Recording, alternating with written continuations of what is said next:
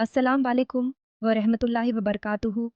प्यारे भाइयों और बहनों, आज हम आपको एक ऐसे शहर की कहानी सुनाने जा रहे हैं जो अल्लाह की रहमतों से सराबोर है।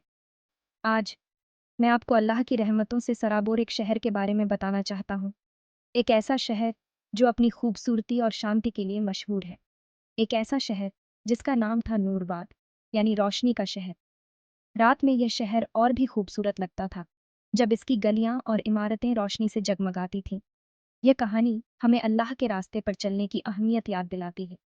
यह हमें बताती है कि सही मार्ग पर चलने से ही हमें सच्ची शांति और सुकून मिलता है। यह हमें सिखाती है कि उसके मार्गदर्शन से भटकने पर हमें सिर्फ अंधेरा और निराशा ही मिलेगी। जब हम अल्लाह के रास्ते से भटकते हैं तो हमारी जिंदगी में अंधकार और दुख छा जाता है। नूरबाद एक खुशहाल शहर था। यहाँ के लोग हमेशा खुश और संतुष्ट रहते थे और वे एक दूसरे के साथ मिलजुल कर रहते थे। यहाँ के लोग अपनी दरियादिली के लिए जाने जाते थे। वे हमेशा दूसरों की मदद करने के लिए तैयार रहते थे और एक दूसरे का ख्याल रखते थे। उनके पास उपजाऊ जमीन, बहती नदियाँ और एक मजबूत भाईचारा था। उनकी जमीनें हरी भरी थीं और नदियाँ हमेशा बहती रहती थीं। नूरबाद के लोग अल्लाह के शुक्रगुजार थे। वे हमेशा उसकी रहमतों के लिए शुक्रिया अदा करते थे और उसकी इबादत में लगे रहते थे। वे उसकी आज्ञाओं का पालन करते थे। वे अपने धार्मिक कर्तव्यों को पूरी निष्ठा के साथ निभाते थे और अपने रीति रिवाजों का पालन करते थे। वे शांति और सद्भाव से रहते थे। उनके बीच हमेशा प्रेम और भाईचारा बना रहता था और वे एक दूसरे के साथ मिलजुल कर रहते थे। लेकिन जैसे जैसे समय बीतता गया, चीजें बदलने लगीं। नई पीढ़ी अपनी नेमतों का असली स्रोत भूल गई। वे अपनी समृद्धि को हल्के में लेने लगे। धीरे धीरे वे अल्लाह के रास्ते से भटक गए। वे घमंडी और लालची हो गए। उन्होंने आध्यात्मिक विकास से ज्यादा भौतिक संपत्ति को महत्व देना शुरू कर दिया। वे नमाज की अहमियत भूल गए।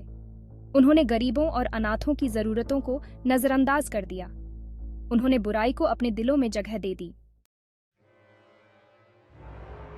अल्लाह कुरान में कहते हैं, और जो कोई मेरी याद से मुंह मोड़ता है तो निश्चय ही उसका जीवन तंग हो जाएगा। कुरान 20:144। नूरबाद शहर जो कभी अल्लाह की रोशनी से जगमगाता था, धुंधला पड़ने लगा।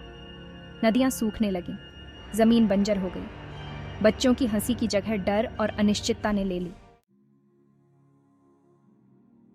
भाग 4। पछतावे की फुसफुसाहट, तौबा के बीज। इस अंधेरे के बीच कुछ नेक लोग बाकी थे। वे अपने दिलों में उम्मीद की किरण लिए जी रहे थे। उन्हें अल्लाह की शिक्षाएं याद थीं। वे अपने बच्चों को भी यही सिखाते थे। वे उसके आगे रोए, माफी मांगी। उनके आंसू सच्चे पश्चाताप के गवाह थे।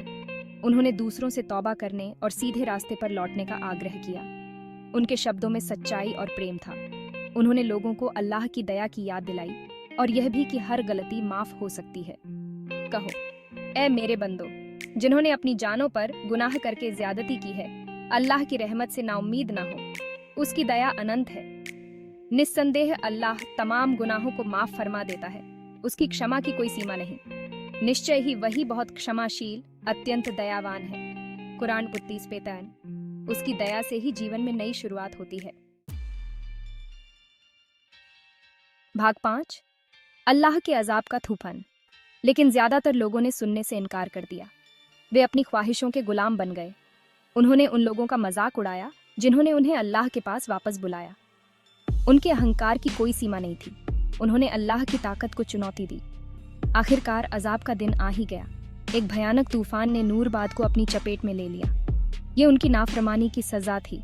अल्लाह की ताकत की याद दिलाती एक मिसाल।